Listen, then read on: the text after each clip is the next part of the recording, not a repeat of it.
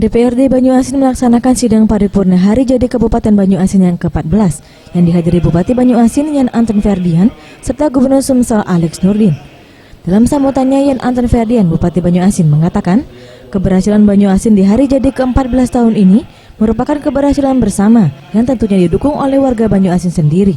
Salah satu keberhasilan Kabupaten Banyuasin di tahun 2016 ini adalah diberikannya penghargaan rekor muri dalam hal penyelenggaraan kepada desa terbanyak se-Indonesia, 160 desa dengan cara e-voting dan pembangunan infrastruktur yang cukup baik di wilayah Banyuasin.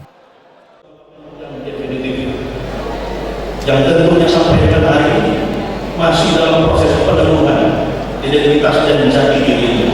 Dalam konteks inilah maka peringatan Hari Ulang Tahun ke-14 ini menjadi sangat strategis yang secara filosofis bermakna retrospektif, introspektif, dan prospektif.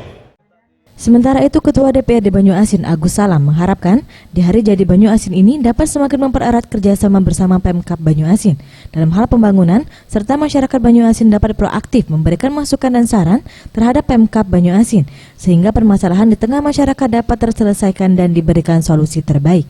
Kita berharap pertama dari jajaran pemerintah Banyuasin, DPRD harus bersatu padu dalam hal merencanakan pembangunan untuk kepentingan masyarakat.